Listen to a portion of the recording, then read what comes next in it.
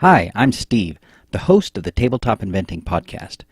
This is normally the point where our podcast theme comes, and my friend, Willie Jones, asks, "Do you dream of a classroom where learning is natural?" Only I don't have as good a voice as he does.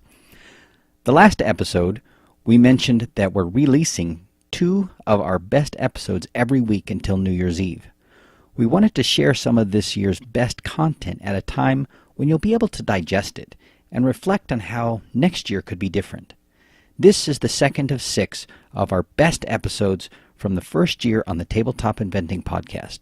On today's episode, you'll hear Michael Wesch say, "Stop playing this game of, let's get the grades and fulfill all the requirements," and they find some little passion that they're willing to grind away on and, do 70 lessons in 2 days. I just interviewed a student a couple days ago, and he said, what he realized that he didn't know 10 years ago when he was a student of mine was that, there was this thing that he was doing back then that kept him from his deadlines, that kept him from getting that paper in. And what he's realized now is if every person could just find what that thing is that they can't help but keep doing even though they're missing their deadlines, that's the thing they should be doing, or at least integrate it into their career. I feel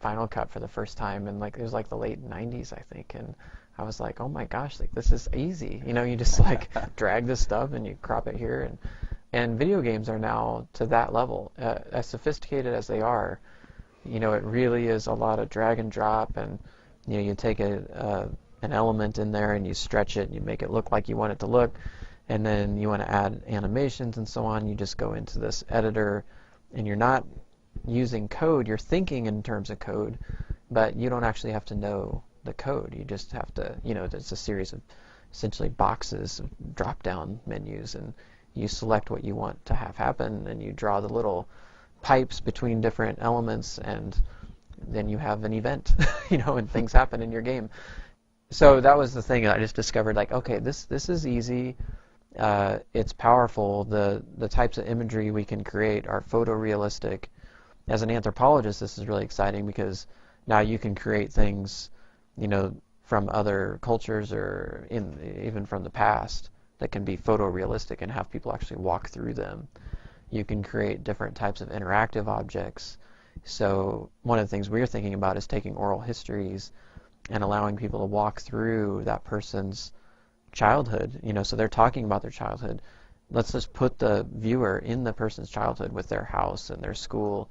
Let them walk around those environments and pick up objects. And as they pick up those objects, the story that is about that object could be triggered. So, for example, like it might be as simple as like a vase or something, and this person bought that vase on their honeymoon. And so when you pick up the vase, the story of the honeymoon immediately comes to mind, and you hear this elder talking about their past. We just think it'd be an amazing way to, we talk about building empathy. It just lets you feel more connected to the person rather than just hearing an oral story just, on its own. You get the full experience. So I guess I wish you had been around, 20, 30 years ago, because my grandma actually grew up in Nebraska. Oh, really? Yeah, and she tells the story about their mule Jack, and how she was the oldest of 3 girls. Yeah. And her parents never had any boys, and so she was the oldest, and so she always got all the hard work and all the dirty chores, and she had lots of stories about working on the farm. Yeah. And it would have been interesting to capture some of that, because I heard a lot of the stories, but now it's kind of this faded memory that I can't really access very clearly. I have some of the same regrets, and so one of the things I'm doing is going back to pictures of the land that we homesteaded as a family, 120 years ago, and I'm trying to recreate that in the game. And then I'll at least be able to bring, all the elders have passed, but their kids are still here, so maybe some stories will come back if I were able to walk them through those things. You mentioned the mule. I just want to mention this. So, for example, that sounds hard, right? Oh gosh, you have a mule in there. How are you going to make that in a game? Like that sounds. You have to go into 3ds Max and create this really complicated thing. You actually don't. You can go online and look for the file. Like somebody else has probably already created a mule, or they created something a lot like a mule, and you can download it for free, and you can load it into your editor and just tweak it a little bit if you want. So I think we're at this moment where games are kind of where we were with video about, I'd say about 10 years ago, maybe 11 years ago. I would take it back to what I call the Gary Brolsma moment. The Gary Brolsma moment is a moment where Gary Brolsma's kind of this nerdy guy in New Jersey, and he's dancing to this Numa Numa video, and he uploads it to Newgrounds, which was this geeky forum. And it was kind of hard to do, to upload video, and it was hard to watch it. It didn't always work, because formats and all that.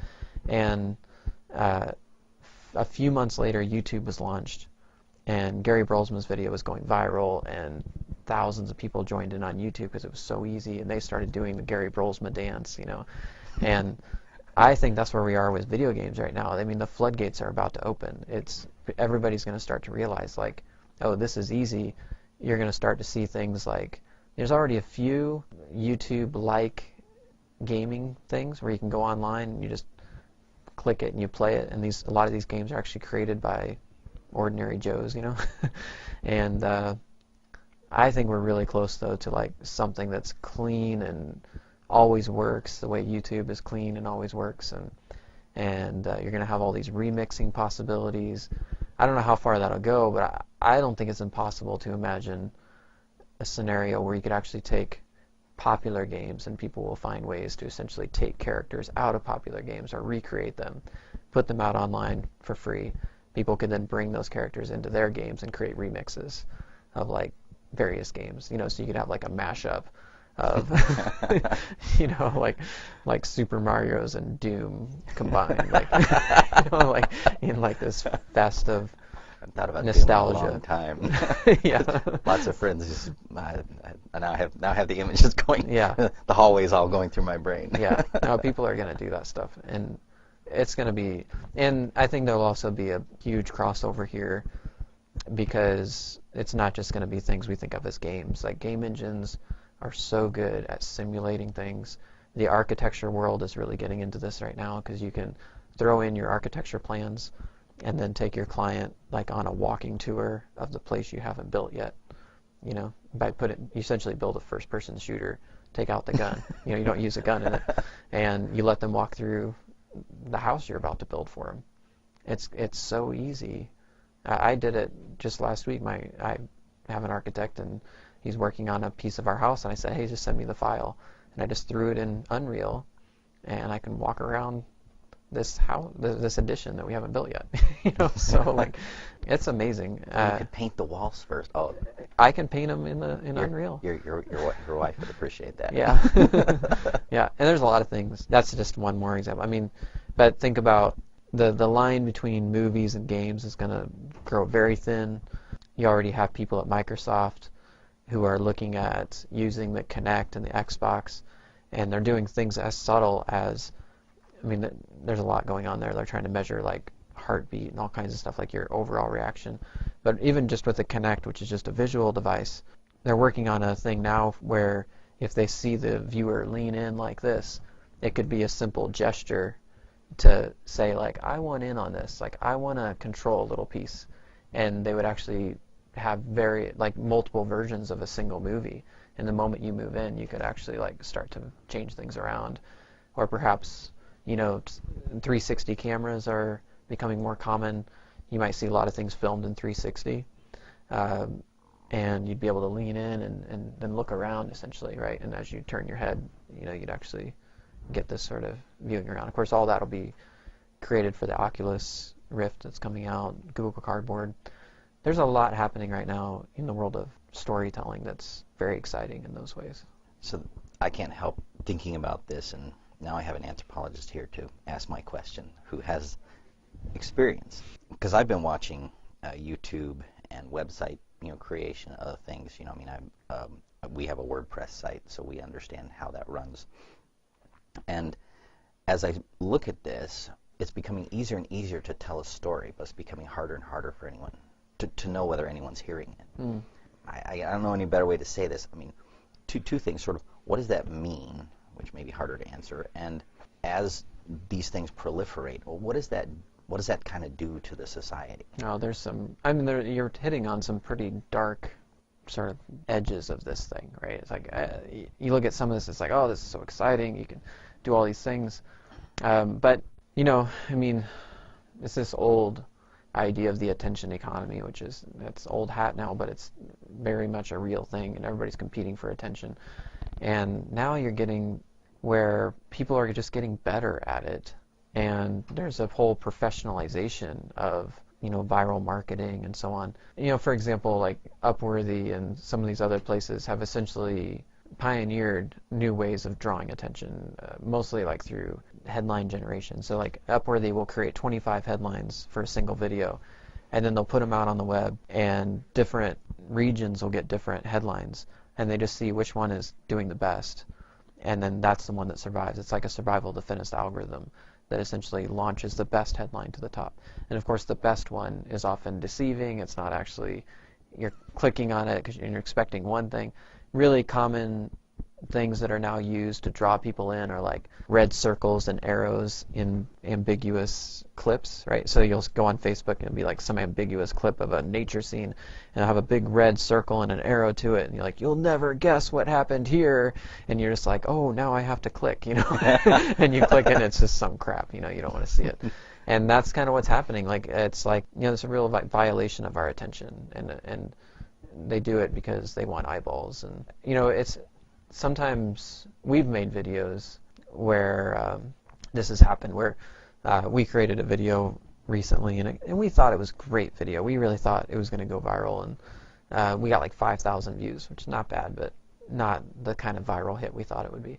And then somebody else, one of these viral engines saw it and picked it up, and they retitled it. And it was one of these things that we had done at the retirement community.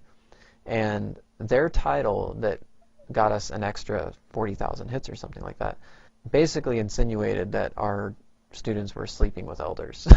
Like this is how you get the views, right? Like, it's something it's crazy.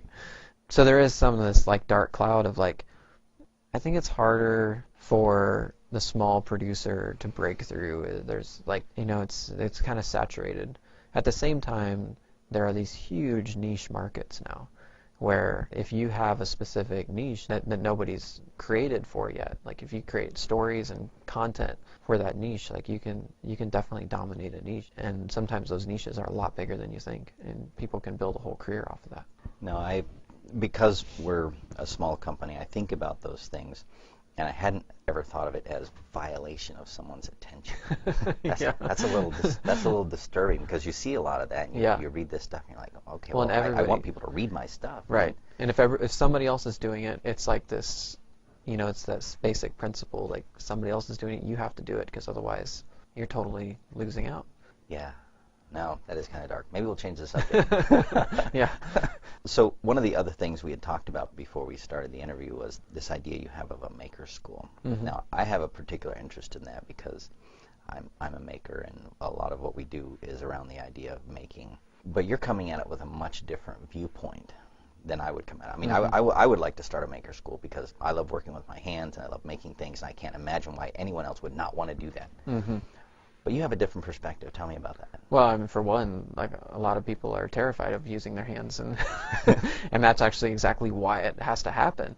I mean, I feel like our higher education is kind of literally broken, and it's breaking people in the sense that it's become this thing where it's all about the head, and everything is happening in the mind space up here, and it becomes highly intellectual and highly abstract. And very few get that opportunity to take all that stuff and make it into something tangible. And because, I mean, we have these tremendous dropout rates, something like only 56% actually make it through who start college.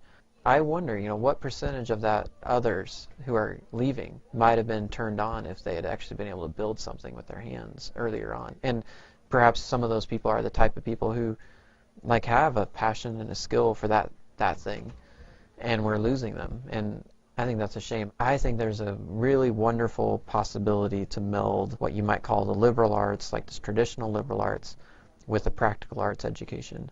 And let's get the people who are really good at analyzing Plato to get their hands dirty, and let's get the folks who are good at with their hands to contemplate these higher ideas.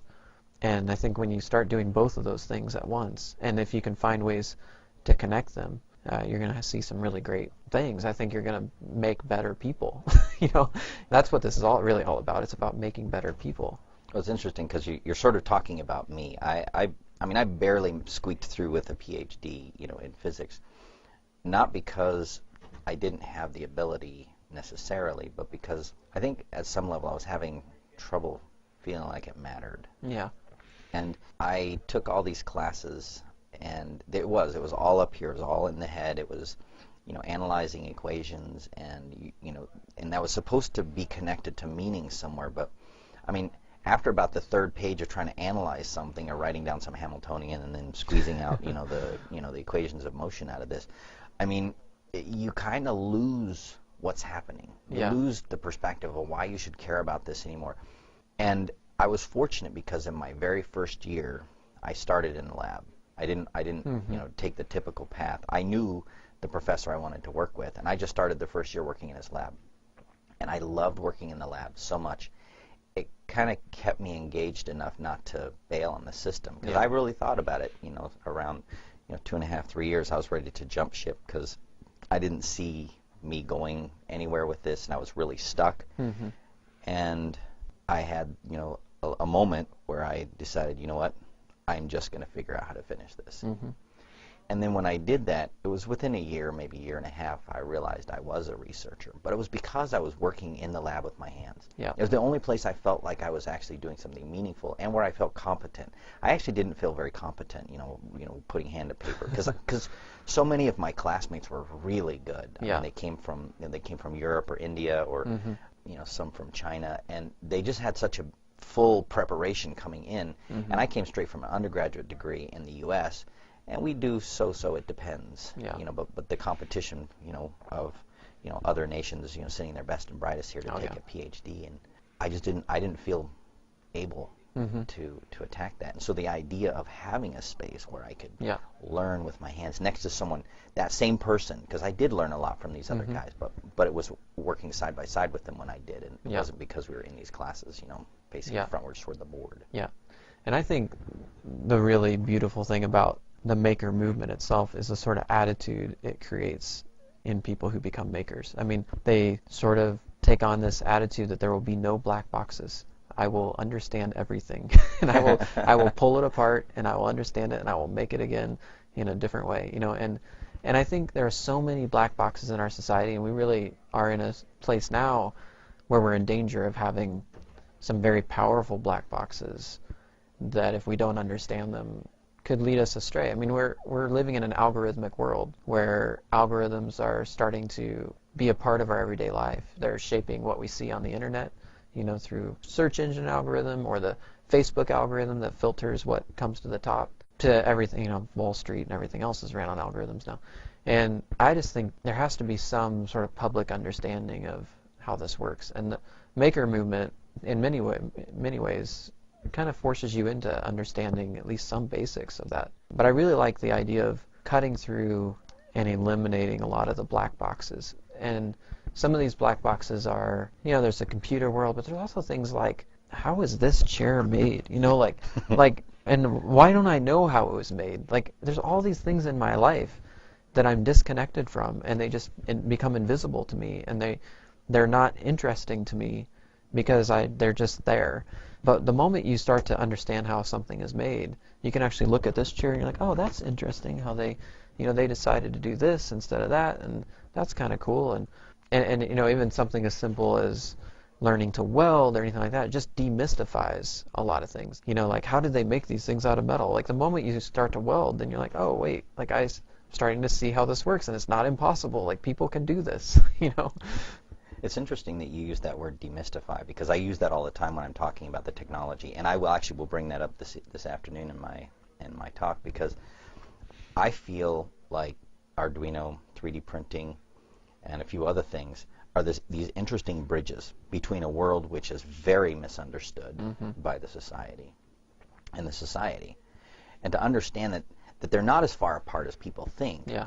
And the path there doesn't start by going to a class and getting all this knowledge in your head. It actually starts by sitting in front of a computer, flipping it up, plugging the Arduino into the computer, and sticking an LED in it, and then fighting with the IDE to see if you can make it blink. And honestly, I mean, I can get fourth graders through 40-year-olds doing this within a few minutes, and I can get them past that first, okay, that wasn't as hard as I thought. Yep. And we actually had this happen yesterday in my wife's class, because she teaches community college, and we just happened to do this just yesterday. And did I mention the celery? Yeah. Oh yeah, I think not I did. Not in the podcast, not in the podcast, but we'll put a link to that so people can see that. Yeah.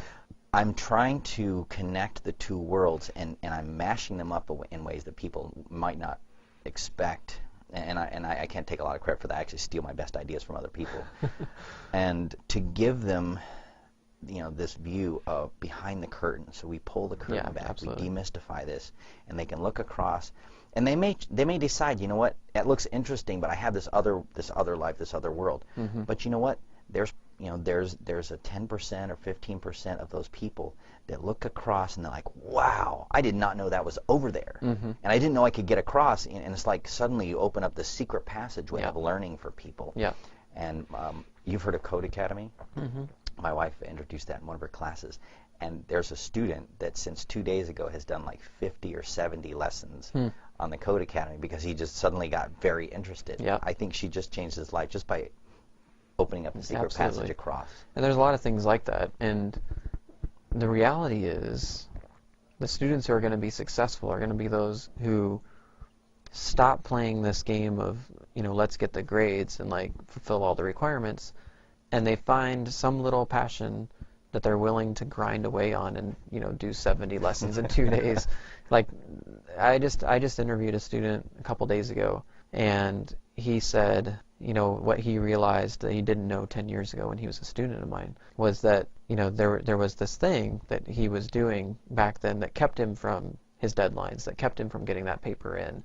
And what he's realized now is, like, if every person could just find what that thing is that they can't help but keep doing even though they're missing their deadlines, like, that's the thing they should be doing, or at least integrate it into their career. And he said that, and I started thinking about all my students over the last 10 years and those who have been successful, and they all had something that seemed like a distraction that they're very passionate about, and it's in some way been incorporated and made them who they are today, and like made them unique and different, and built their career. And that's what the maker movement can do, is it can show you, I think it's a different type of learning that you engage in, which is real, it's tangible, it's deep learning, right? It's like, if you don't actually learn it, your thing's not going to work, and it's not going to look right. So there's something really awesome about that. There's like an immediate feedback mechanism there. Either it works or it doesn't, and you have to try again. I love that about it, actually. Yeah. So I want to ask one of the questions we normally get to in the podcast, and you're uniquely positioned to answer this, and you've touched on it in several points in our conversation, but in the digital world we live in, with YouTube and with now gaming engines becoming this thing where we can start contributing more to this conversation, what does it mean in that environment to be, what we consider educated? Well, I would never want somebody to assume they are educated.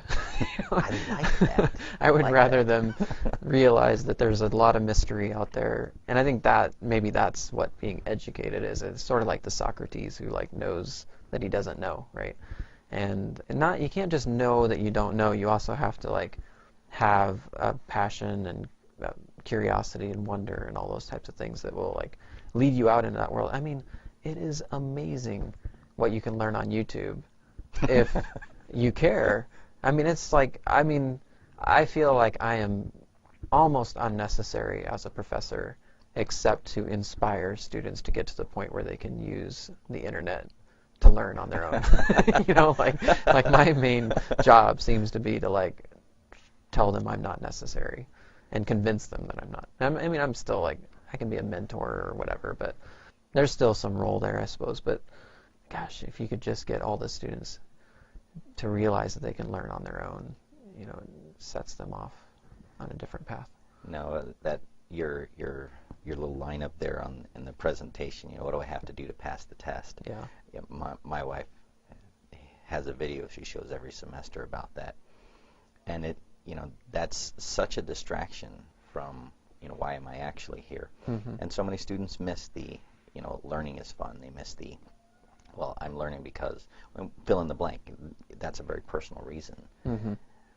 And I'd like to see that. And you have some experience doing that. How do we do that? How do we start pulling that back out of students? It's very different for each student. But I mean, that comes back to my passion for maker college, is that I find that project-based learning works really well. Sort of forcing students into doing. Let's back up. So, force them into it, and that's the trick. It's like, how do you create the right project that gets them deeply engaged, or create an environment in which they can create their own project that gets them deeply engaged, and that is very challenging. I have like a set of kind of tests that I give myself whenever I design a project for students. One test is that it has to be real, and the test for realness is like, do I know the solution to this problem, or do I know the best way to make this thing? Or if we're doing a documentary, do I have a solid vision of what it's going to look like in the end? And if the answer is yes, then that's not actually a real problem because I've already got it, and now it's a game of like, guess what the professor's thinking, and see if you can do what the professor wants. That's not authentic. So a real question or problem or project is one where I don't have the final vision. I don't know the answer. That's a real one. The second test is for relevance, and the relevance test is, would they do it if no grade was attached? Will they do it beyond the semester if the semester ends and they're not done? That's a tall order. That is. But that's the standard, and I don't know that I've ever reached, and I think I have. I think some of the projects we've done where we do like documentaries in this retirement community, like the students get deeply engaged and involved, and they actually have worked into the summer on occasion for that. So I think I've achieved it on that one, but usually, you fall short on that one. That's really hard. And it's also, students have a lot of competing commitments, so they kind of are trusting you that whatever you're doing is only going to take 16 weeks. But in a maker college, maybe the rules are different. Absolutely. I think they should be. I think the fun thing about thinking about a maker college, and the thing that I enjoy, is getting people together and say, like, let's wipe all the rules out, and like, how does this look without all the rules? And one of the big things that comes up is like, well, the semester system. Like, why are we doing semesters? It doesn't make sense. Why not just have, competency-based kind of system where you can kind of level up, or a lot of different ideas, so people can go through faster, they go through slower. But see, then you run into the problem of a couple things. One is there's something valuable about everybody going through something together, and when you start to individualize, people start to get separated out a bit. That's a bit of a problem. It can be solved by creating problems where more advanced people in one area can connect with more advanced people in another area, and so on. But there's also developmental issues, like especially when you get into the liberal arts side of this. In the practical arts, there can be a competency and a skill, and you just get it, and you got it, and you can move on, and let's let them go as fast as they can go. In the liberal arts, there's always going to be, a 16-year-old is just going to look at the history of thought differently than a 21-year-old. And they're going to ask different questions, they're going to, approach it in different ways. And I think there's something very valuable to engaging, say, a 19-year-old with the history of thought, or a 20-year-old with a course on global thoughts and religions and so on, that is going to strike them very differently than it would have when they were younger. So I would hesitate to say, like, oh yeah, you can master a world religions class at age 16. You can test out of it at age 16, check the box, and you're out. I'm like, no, I want students to wrestle with that when they're 20, and they're really thinking about who they are and who they're going to become. When they're 16, they might really just see it as like a bunch of stuff to memorize. And that's a very different way of approaching a class like that. So I don't know, they're challenging questions, Well, the tinkerer in me says that we just have to go make a college, put some students in it, and some teachers, and find out what happens. Yeah, I agree. Well, I'd like to wrap this up, but the last question we always like to ask is, what is the purpose of an education? You have kind of a unique perspective on that as an anthropologist. So looking across, the globe, looking across time, what do you see as the purpose of it? For me, it's obvious, and I think people miss it all the time. I mean, around the world, if you look at what education is and has been, it's always been an initiation ritual into the society. I mean, that's all cultures around the world have done these initiations for as long as we know. And initiations are serious business, and they are not just memorizing a bunch of stuff and learning a few skills. They are a total transformation of the being, and it's so profound that in most cultures, you have to follow all these taboos. Like, you have to disappear from society, you might have to fast and not drink any water for several days, you might have to go into the forest and take a hallucinogen and like have like a transformational experience. I mean, we don't do any of that, or anything like it, and it's kind of embarrassing, and just really sets everybody up for failure. I think we need something really transformational. So I think of education as a transformational experience, and in our society, as we've talked about, what that has to mean is taking them from people who see the world in black and white to people who see all the complexity, they embrace it, they want to learn more, and they want to make something. They want to be world makers. You want to transfer them from being like just people who are kind of like in the world to people who make the world. And that's transformational. That's not just a bunch of skills or, a bunch of knowledge. That's a change of being. So it is, and I don't think we could end any better than that. So I think we're going to stop it here. Thank you so much for taking some time to interview for our audience. And what is the best way for our audience to get in touch with you? Twitter, Wesch, or email, mwesch@kstate.edu. Those are probably the best ways. All right, well, we'll link that up in the show notes. Thank you so much, Michael, for taking some time to interview with us. Great, thank you. I love this episode with Michael. He is a deep thinker and an insightful educator. I particularly like his comments about the black boxes in our society. Education truly is the great equalizer, but it must be an active process. If you would like to supercharge the education of your teenager, you need to know about the Resonance Innovation Fellowship. This next year, we'll be taking a select group of 10 to 15 teens on a journey of self-discovery, excellence with integrity, and innovation leadership. This is not a club, social gathering, or homework tutoring. The students in the Resonance Innovation Fellowship will be on a quest to find impact and world change through the backdrop of technology. To find out more, email me at stevecurti@ttinvent.com. That's STEVEKURTI@ttinvent.com. Don't wonder about the future. Email us, and we'll help you create it.